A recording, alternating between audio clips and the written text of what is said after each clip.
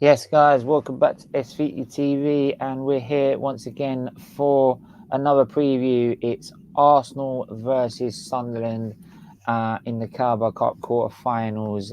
First of all, I do want to apologise first for not doing the Leeds game over the weekend. Was not feeling well at all, but feeling a lot better now. But yeah, I've got Sharky, HD. How are you, my friend? Yeah, good mate. I love the intro bar. It's really good, really good. Yeah. I've got to praise. Talk menu for that, so can't take the credit myself. But yeah, Obviously, if you don't know, Sharky HD does his own YouTube channel. It's in literally the title as well. It's also down below in the description. So make sure you go and subscribe right now. Just give it a brief intro to what you do, Sharky. On that. Salam Sharky HD. I just cover all football content across mainly the Premier League, but I do like some of the matches across US 5 leagues. But yeah, you can subscribe. Just search Sharky HD on YouTube and you'll find us straight away. Good. Make sure you do that right now. So obviously, Arsenal Sunderland Carabao Cup. From what we know at the minute, it's still looking like it's going on. Yeah. Despite what happened over the weekend.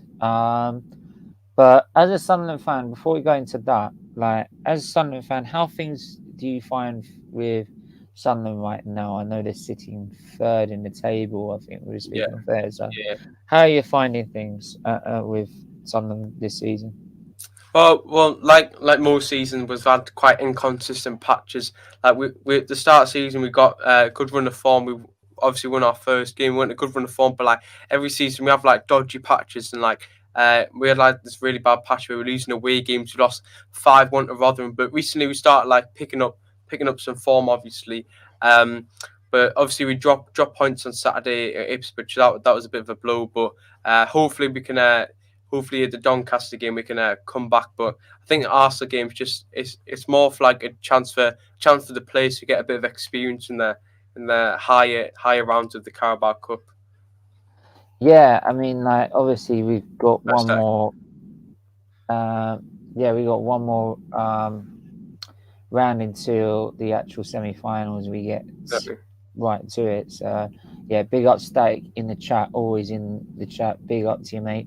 So like, do you feel that like Sunderland can achieve automatic promotion this season? I'll probably have to see after Christmas. That's where I normally start making my predictions if we're going to get promoted or not. Because sometimes I feel like around Christmas time we're looking really good. Like I think this time last season we're looking like we might be getting promoted, but obviously we didn't unfortunately because we lost in the semi-finals to Lincoln. But I think it just depends on how if we can like keep up this decent run of form. Obviously we drop points, like I said before, but it just depends on how our run of form is going after Christmas as well, and obviously after Christmas as well. It's an easy way to dodge the question. Save yourself getting So in follow up. simple terms, maybe. Maybe, yeah. Maybe. Should become a politician. Yeah. I mean that's one of good because I remember Sunderland being back in the league when I was growing up. So Yeah. um, but yeah. I mean, obviously talking about what happened on the weekend in terms of the Premier League. Are you surprised we're playing tomorrow night, or apparently at the moment it's still going on? Obviously, with the COVID situation as it is right now, are you surprised that it's? Are we still technically on for this game? Um, I'm not. I wouldn't be surprised if it got cancelled, but I wouldn't be surprised if it's still on because obviously we both of our teams played on Saturday and we weren't hit by COVID that much. We've got a couple of injury crises, but we haven't got any we haven't had like a COVID outbreak in a club like United's or your Chelsea's etc. Yeah, I recently or mean your Tottenham's. we've got Pablo Mari and I can't remember the other one, but I know we've got two that have been hit with COVID. Yeah, yeah, but Yeah, exactly. So I think because we both play on Saturday, it should be okay. But obviously things can change. Like we're seeing with the Aston Villa and Burnley game, it might be cancelled 3 hours before kickoff. So we'll just have to see how it goes. Do you sort of agree with that? Because there's obviously fans that make preparations to go to games and stuff like. Do you feel it should be called off a lot earlier Yeah, I than what think it has if been? if it should be if it's going to get called off, it should be get called off tonight. It shouldn't be get called off at Mm. like two in the afternoon, 3 in the afternoon tomorrow, because some of the fans have got to make a long journey tomorrow to obviously to Arsenal and to London. So most of them will probably be getting their coach. Obviously, some might be getting the train, but it'll be a long 4 hour journey. So if they rock up and then halfway through the journey they see the game's cancelled, then they're going to be absolutely fuming. So if the EFL are going to cancel it, they should cancel it tonight, later this evening, because I don't think fans should have to travel all that way only for the game to be cancelled and spend all that money. Do you, I mean, for me, is like I'm surprised it's going ahead. Like I'm surprised any football's going ahead. I mean, Yeah, we saw on the weekend, like with only Arsenal was actually the only game that were on the played out Saturday. Yeah, on the Saturday, that out of the 6 games that were available. For me, that says to me, and it should say to the authorities, like such as the FA and that the games we need to stop. exactly.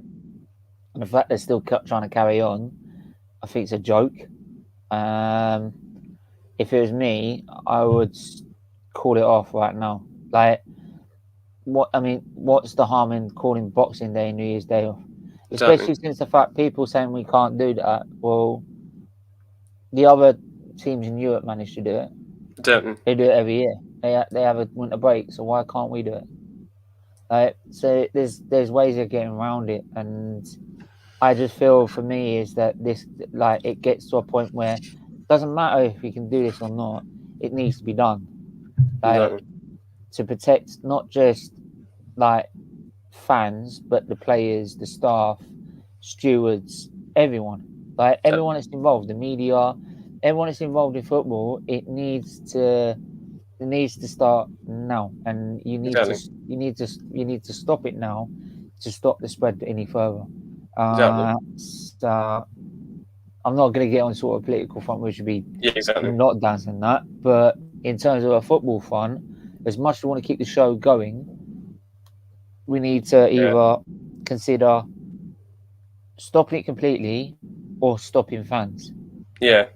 One of the two. But since players are getting it, I do feel that they need to stop it and let maybe a 14-day period to Yeah. let everyone stay in their bubble for about 14 days. Exactly. So, like, yeah, that's how I see the situation with it right now, which is like against probably what Arsenal should be doing right now, because Arsenal on a good run of form. Exactly. We are 4th in the table, giving obviously their games in hand that are if they don't win their other teams don't win their games in hand, that is. Yeah. So you could say Arteta is doing decently well. I mean, how do you find this situation with Arsenal and Arteta as the manager? How do you see it from as an outside point of view? I think recently they've been doing well. Obviously, I think after the Everton game, you've been much better. But obviously, like with the big club Arsenal, is you should really be challenging for like your Chelseas and your Man Cities, because obviously the massive history Arsenal have. You should be challenging. They should be challenging for top four. Obviously, it's a bit of like a process period going through a new stage in Arsenal at the moment. But obviously, if you want to like challenge for the titles, you've got to get a top manager. So personally, if I was an Arsenal fan, I'd probably not want Arteta out, because like I've seen Arsenal fans saying like, oh, well, it's the same process. You go on a good run of form, then you start going through it like a Yeah, dip, then Arteta out, then you get a good run of form, then all the fans back him. It's a circle. But you know, like if you want to win the Prem, you see Man City consistently, except like a couple of weeks they don't win, but basically every week they're winning the matches. And like if Arsenal want to be challenging for the titles, you can't be going through those periods where some weeks are winning, some weeks not, some games are drawing. yeah. So I think if I was Arsenal fan, I personally probably want Arteta out, because there's too much like inconsistency in the club. But Obviously, Arsenal fans might have other opinions on that. Well, yeah, I mean, like this. There's the debate's always ongoing, and it's always changing every time. But with every situation, I feel myself is that obviously being Arteta out is that as though as I tried to give him a chance in the first place, Yeah, in the end, I could see the job was getting too big for him at that time. yeah, Also now, but even now, I've already stated myself, I will not go back and change my mind on it until we yeah, get into a title race, because it's all right saying after we get top four or something, yeah, it's all right, I'll take it in again. But then there's no pressure. There's no pressure from the fans to demand more, because if we get fourth, the first thing we'll do is we'll just sit back and go, yeah, okay, we're cool. We're cool. yeah, Like, that's not what I want. I got rid of Wenger, who was finishing top four every year apart from the last 2 seasons, yeah, which is probably why he got sacked.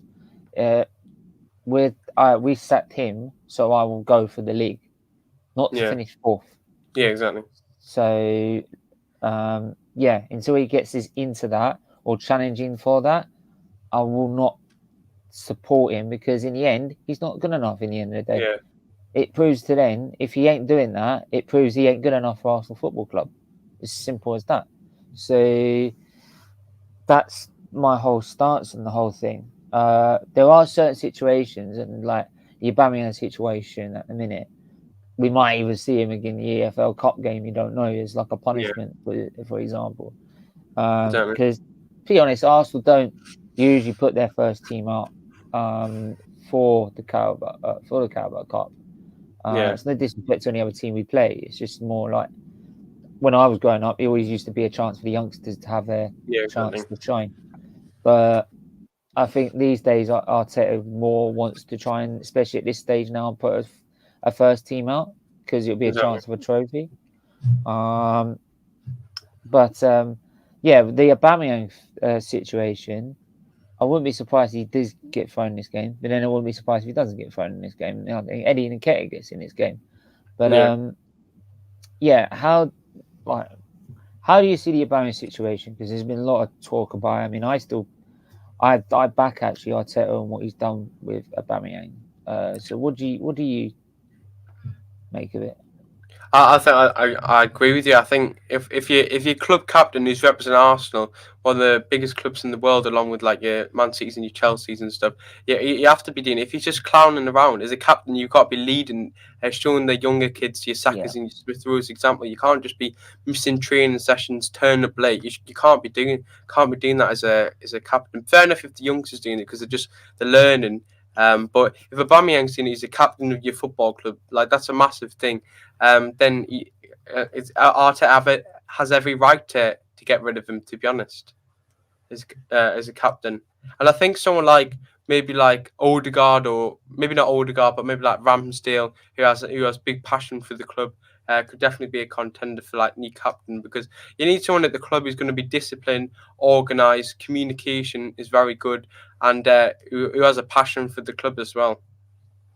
yeah, that's the thing. It's more like you want someone who's passionate about the club and what they want to do and what Arteta wants. Which I think with some of those players, they might play for him, but whether they have the passion for what he's doing, not Certainly. sure. But you want someone who could probably lead by example by one of his performances, for example. I say, for example, Tierney. Everyone calls out Tierney as a future captain for Arsenal. Why? Model professional. Goes out, goes training, doesn't do anything else really. Uh, Maybe puts his usual post after a game on social media, so nothing too much on towards that. But sets a good example in terms of Yeah. representing the club, and also his performances on the pitch. Like he performs, he just gets on. He gets on with his job, and he does his job well. Right, Exactly. and when you do your job well, and you consistently do that week after week, you're setting that example to the rest of your squad. And sometimes just playing well can make you that example you need to be, sort of can lead teams to improve, or other players in the squad to improve as well.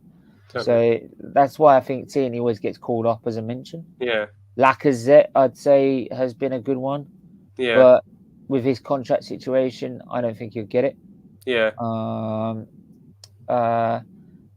It's very funny that apparently we have a leadership group. We don't have like he doesn't just come out and decide who the captain's going to be. Yeah. He's discussing it with his leadership group within the squad, and I'm like, you're the manager.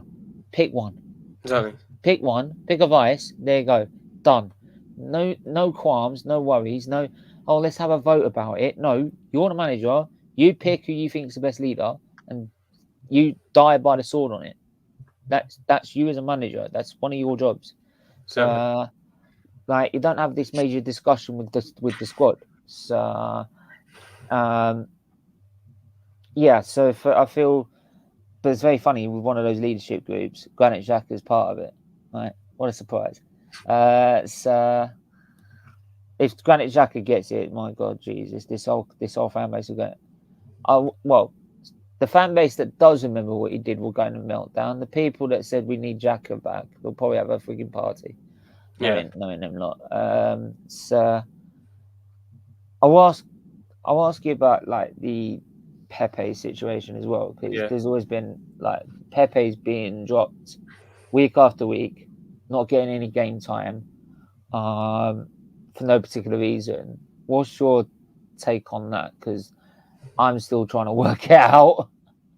Exactly. I think, to be honest, Pepe is a really good player, but I think with the form Saka's in at the moment, like Saka's a bit, well, he's not necessarily undroppable, but it's harder to drop him in the form that he's in at the moment. But obviously we've seen in the past Pepe's been a brilliant player, but I think he just doesn't get enough chances under Arteta. Maybe tomorrow might be the chance to try and prove why he should try and get back in the starting 11, because obviously this season we haven't seen much of him at all, but last season, when the pressure was off, like he performed really well. But like I said, it just depends if he plays it more, and if he does, then that's chance. No offense to our Sunderland and our fan base, but it's a chance to prove yourself against a weaker side compared to Arsenal. So yeah, just have to see how if Arteta picks him or he doesn't pick him tomorrow. Yeah, I think that's the other thing as well, is whether he picks him tomorrow or not. We don't really know. In terms of going back towards sort of Sunderland point of view, if you were to put the strongest side out tonight to try and get through to the semi-final,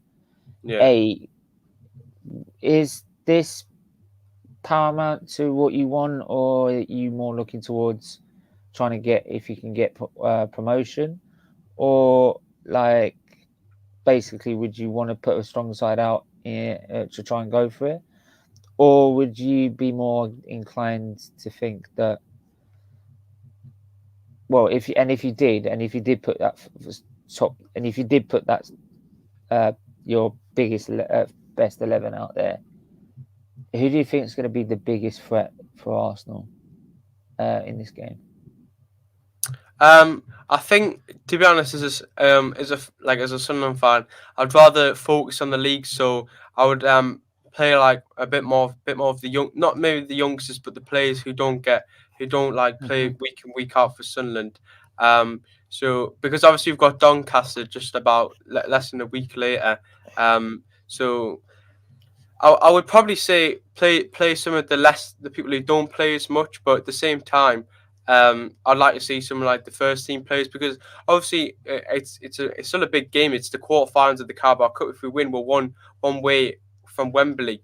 But for Arsenal, they probably Penny plays tomorrow. If Pepe plays, I think he could depend on who you pick. Obviously, if it's this B team, I'll probably say maybe Pepe, or if Smith Rowe plays, then maybe Smith Rowe. But for Sunderland, you probably want to watch out for Broadhead, who's from Everton. He's on loan from Everton, or maybe Dan Neil as well. He's a really good player. Or Pritchard as well. He's been very good at the moment for Sunderland. But it just obviously depends what team we put out tomorrow. That's really the main thing.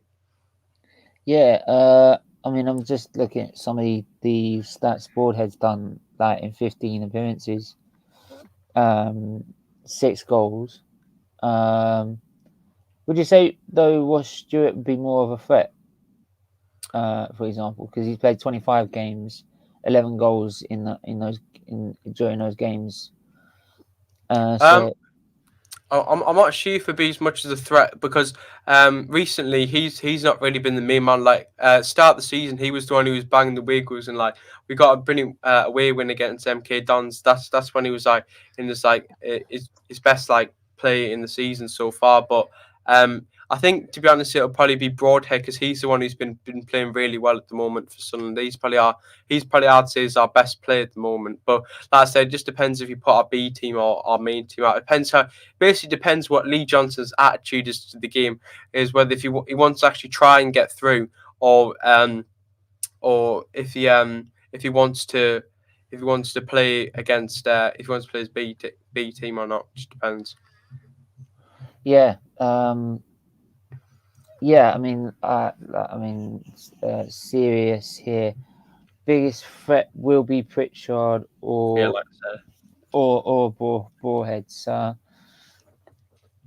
Yeah, I think you will get. I think you will get opportunities in this game. Every team does against Arsenal. Yeah. Like unless you're playing persistently bad, like you will get opportunities in this game, and especially as you're like you've got nothing to lose in this game. For us, I think Arsenal, they've got more of their reputation maybe as to uphold, like Yeah. in a sense, because Arsenal should be getting through to the semi-final in this one. So that would put more pressure on us. So you've got more of that freedom to just go for it. Exactly. Big unknown as well. Yeah. So yeah, you've got So, but I think if you do get chances, it depends whether he plays Leno or Ramsdale for me. Yeah. I think at this stage you'll probably play. I think at this stage he would play Ramsdale. Do you think? Yeah, because I feel Arteta's will get to a point is like I'm not going to get anything in the Premier League, so why not just go for it? Yeah, the Carabao Cup. Because I think last season as well, we we didn't play well in the FA Cup against Southampton. We got knocked out, but then we beat them 3-0 quite easily 3 days later.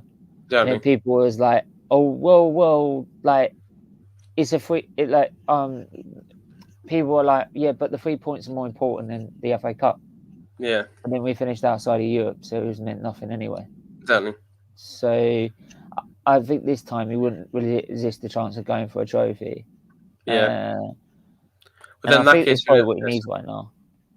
But then in that case, will he not just play basically his first team, except a couple of rotations in the squad if he really wants to try and get through? Because he might not want to take the risk because he will do. If we would do, I would say he would play his full strength squad, because without his full strength squad, like we don't play well with our full strength squad.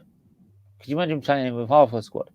Yeah, it gets even worse. I mean, I know we've been winning recently, but then like West Ham was shocking. Yeah, they were shocking.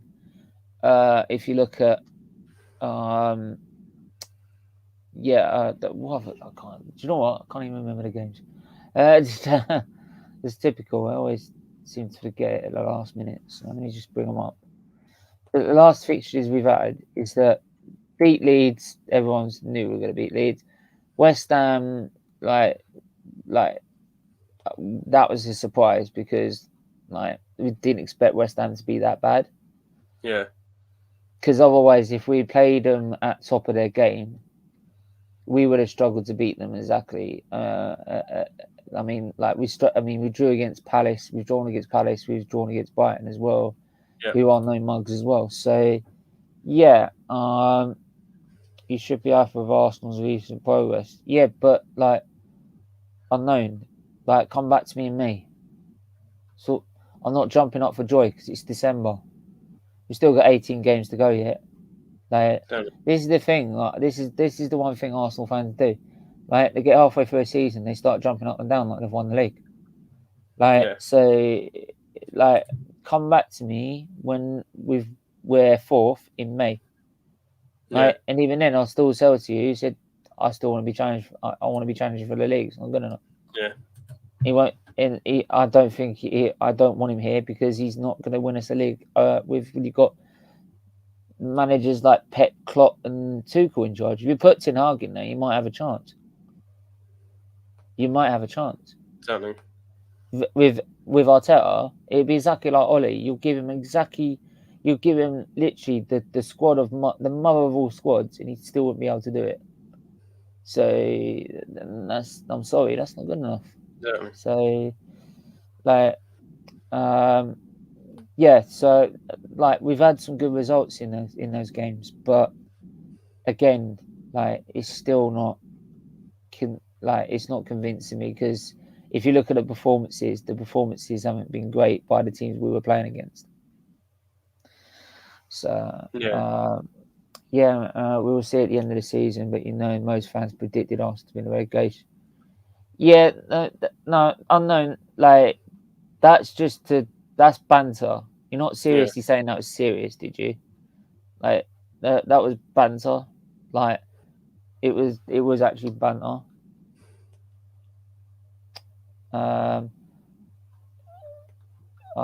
Top six for me, as I've said before, top six equals top six equals Arteta out. Challenging for a title equals Arteta in. So 2 years Arteta, because then he can prove to me if he could do a title challenge until about April, May. He's proved to me that you can win a title, because if you get it down to May and you've lost in like 3 or 4 games to go, it might just been like some stupid decisions during the season, for example. But if you're losing it in May, if you're losing it in January or February, that's just because you're not good enough. Yeah. Simple. So 2 years Arteta has been here. Progress. Yeah, progress. Like 8th and 8th in those 2 years. So, like, but yeah. As you can tell, I'm not convinced. Yeah. Like, I'd still say if Arteta was sacked on Christmas Day, be a Merry Christmas. I'm not even gonna lie. Like that would cause me to actually get the champagne out big time. Like, look at his squad. What should he top 4 is unknown until the day we've got from 8th to challenge for a title, right? Then I'll be happy. I didn't say this season. I said when we start challenging for a title. So it could be that should be in 2 or 3 seasons time. That's what I'm saying. I will still not back the guy because he will still not be good enough to win it. He's not going to be He's not going to, you know what I mean? So why back a man that in the end is always going to feel short of Klopp, Pep, and all these great managers because he's not qualified. He's not qualified enough to beat these guys. Every time we played them, they've pulled our pants down. Like it's not like going to like. And if people saying that's expected, well, why didn't Brighton lose 7-8-0 then? They got worse squad than us apparently. So have West Ham and that, but they go and beat these teams. So why is it we can't do that? Because in the game we can't tactically change it. Man United, we should have won that game if he actually took a risk, but we didn't take a risk, and that's the problem. And that's how I feel right with Sunderland. Sunderland will probably get an opportunity to try and maybe even take the game if they're not careful. So, do you feel that like your manager would take that risk if the opportunity arose? Yeah, I think you would because we're probably we're the underdogs in this game, so we've got nothing to lose. So, if we just go if we're because we're obviously the underdogs, so I think he probably would take the risk because he's probably thinking, well, we've got nothing to lose, and if we get beat off Arsenal, then it's expected we just move on and look at the league, look at Doncaster coming up. But if we start the game and we're playing well, he's obviously going to take the risk to keep progressing. And like you said, he's probably seen when things don't go well for Arteta, then they normally lose the game, and he doesn't always have a plan B. So if we start well and say I know this might sound a bit stupid, but we grab an early goal, then we probably take a risk to try and push for another one potentially. But it just depends how we start. Tor, I'm not asking it for too much too soon. What I'm saying is that I'm not backing a guy who's never going to be qualified to beat Pep or Klopp, because that's what we need to do if we're going to end up winning the league in the future. And in the future, he's going to be like having Ole Gunnar Solskjaer. He's going to need world class in every single position. Great managers can be able to not have world class in every single position, but still manage to win titles with it. But what I'm saying is that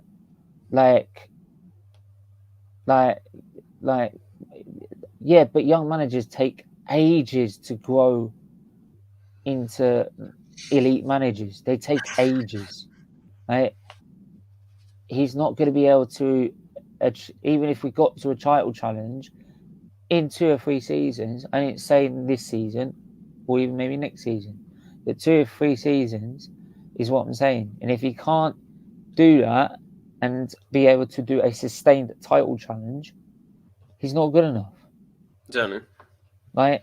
And he's not going to be able to do that because he's not qualified enough to take on Pep or Klopp. Because every time he's done that, Pep and Klopp have outfought him and out-tactically done him in every single game. Right? How many times have they changed the game during when we play them and then they've torn us a new one? That's what I'm saying. Right? I'm not backing a manager that hasn't got their credentials to or even past experience for me to rely on to say that there's nothing for Arteta to actually look back on and think, yeah, he could do it. Yeah. It's just the chance maybe he might be good enough. Well, no, I'd rather have evidence. Yeah, exactly. If you got us Ten Hag in, for example, then I would be patient and I would actually I would be waiting for it because I know the guy's good enough. Because you've got past experience to say so. Yeah, great point. Young managers can improve over time. Yeah, but how long are you expecting us to wait? 6, 7, 8, 9 years? We've already waited 17. Yeah.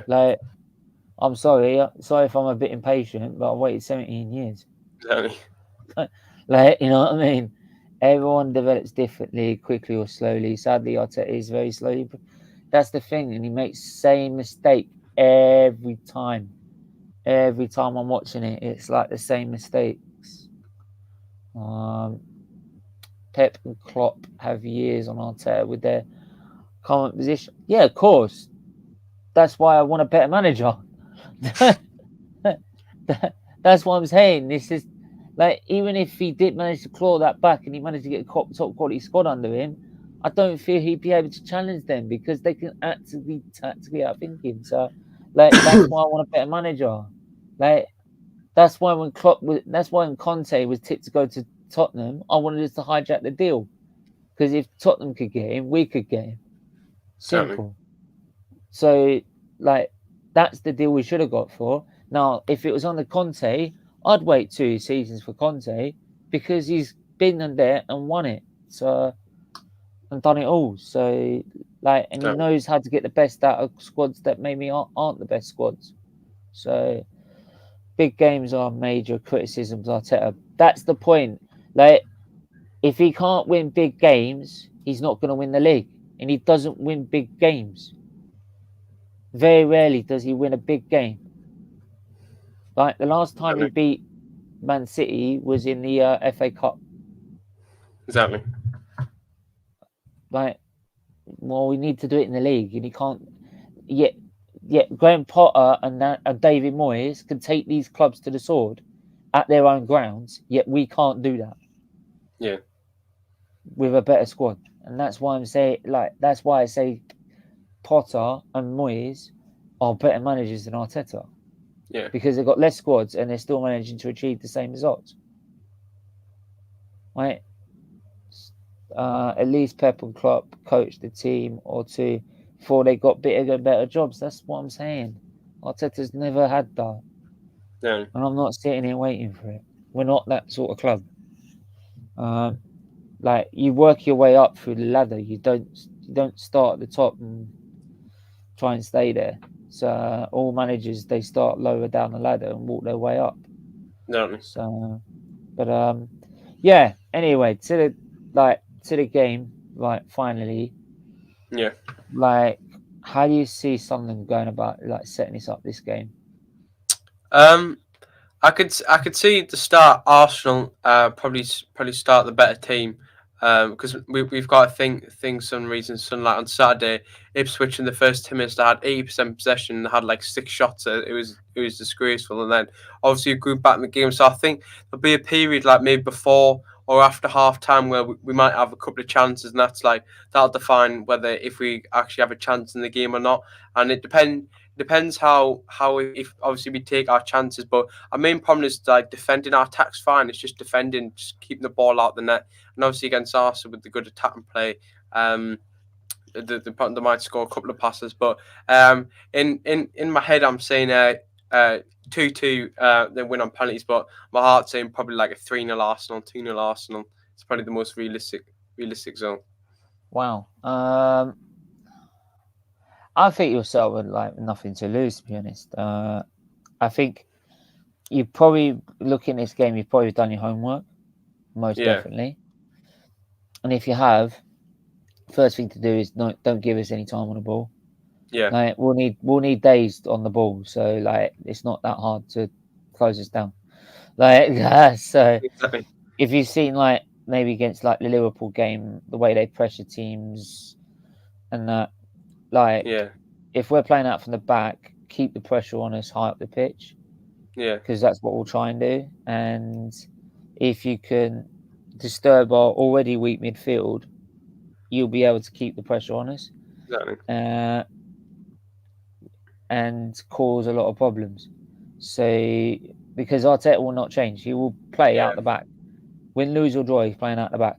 Doesn't matter. Right? So, if you manage to fall that, then all of a sudden you've got Arsenal cracked, because he won't change it anytime soon. The substitutions will be very predictable. So, I think for Arsenal, he'll probably play his full side. I wouldn't be surprised.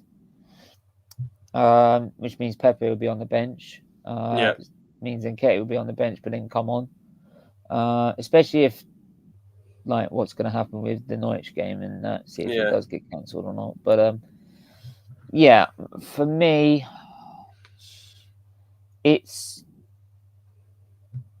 I see it 2-1 Arsenal. I don't think there'll be. I think there'll be only one goal in it, to be honest.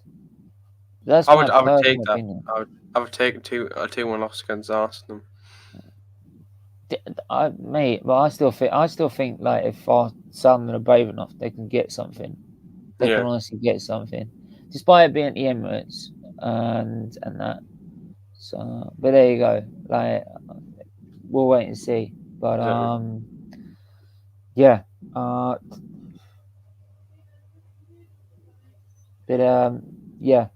sorry, just one.